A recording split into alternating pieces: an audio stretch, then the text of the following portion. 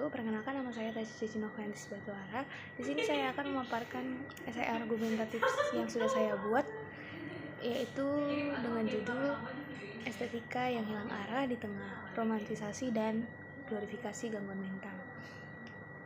Di kehidupan dengan teknologi yang sudah maju ini membuat kesehatan mental bukan hanya sebagai isu medis, tapi juga bagian dari sebuah keindahan di media sosial. Banyak unggahan yang menampilkan depresi, rasa hampa, overthinking, dan kecemasan dalam kata-kata puitis ataupun video dramatis, bahkan foto gelap yang dianggap sebagai bentuk penggambaran emosi atau kondisi emosionalnya. Nah, unggahan seperti ini sering mendapat banyak perhatian, sehingga banyak orang yang meniru, bahkan sampai mengklaim dirinya sendiri memiliki gangguan mental hanya karena cocok dengan narasi viral, tanpa pernah melakukan pemeriksaan profesional. Fenomena ini yang membuat saya tertarik untuk mengangkat isu ini karena estetika mengenai gangguan mental ini sebagai identitas keren padahal telah kehilangan arah. Fenomena romantisasi dan glorifikasi ini berarti romantisasi merindah penderitaan dan glorifikasi mengangkat gangguan mental sebagai identitas keren atau memuja secara berlebihan. Di media sosial, keduanya bercampur menjadi satu tren yang berbahaya. Misalnya, unggahan foto gelap dengan caption hidup rasanya kosong, ataupun kutipan puitis tentang depresi, atau juga video menangis yang dibingkai seakan-akan sebuah keindahan. Padahal, penderitaan psikologis tidak dapat diringkas dalam sebuah keindahan. Dari fenomena ini memiliki dampak negatif. Setelah saya menganalisis pada esai saya, banyak dampak serius yang muncul, di mana meningkatnya sebuah diagnosis diri sendiri.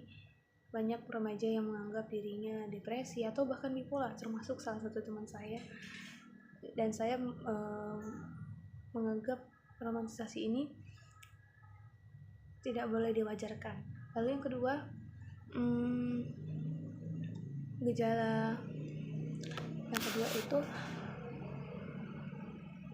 batas klinis yang jadi kabur, di mana emosi normal seperti sedih, cemas, atau lelah itu dianggap langsung dianggap sebagai gangguan mental.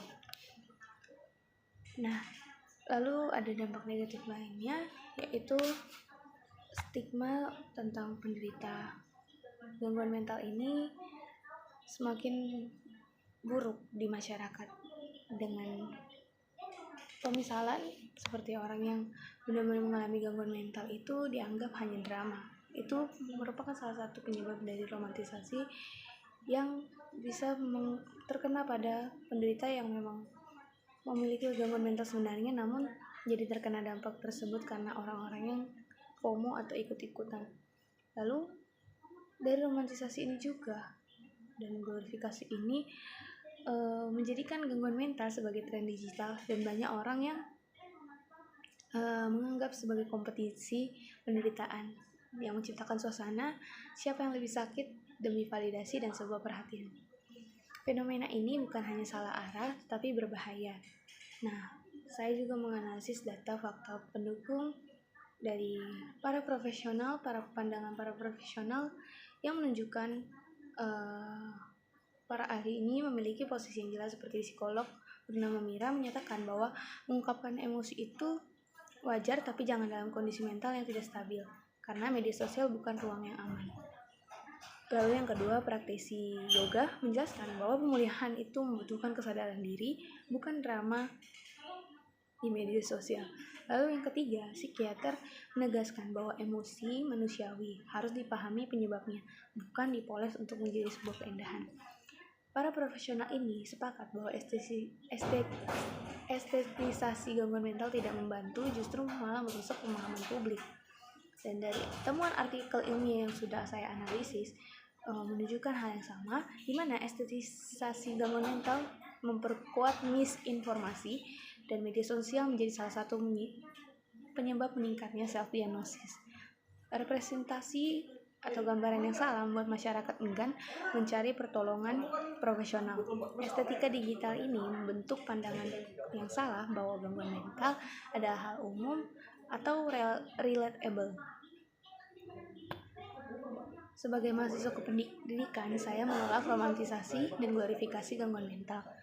Gangguan mental ini bukanlah sebuah identitas yang indah, bukan tren, atau bahkan alat mencari validasi. Saya percaya bahwa kesehatan mental ini harus dipahami melalui literasi mental, digital, dan edukasi yang benar. Dan saat ini, saya mengajak semua mahasiswa, khususnya calon pendidik, untuk mari kita menghentikan romantisasi dan kita tingkatkan literasi tentang kesehatan mental. Kesehatan mental adalah kondisi serius yang memerlukan empati, bukan estetika. Sekian presentasi dari saya. Terima kasih. Wassalamualaikum warahmatullahi wabarakatuh.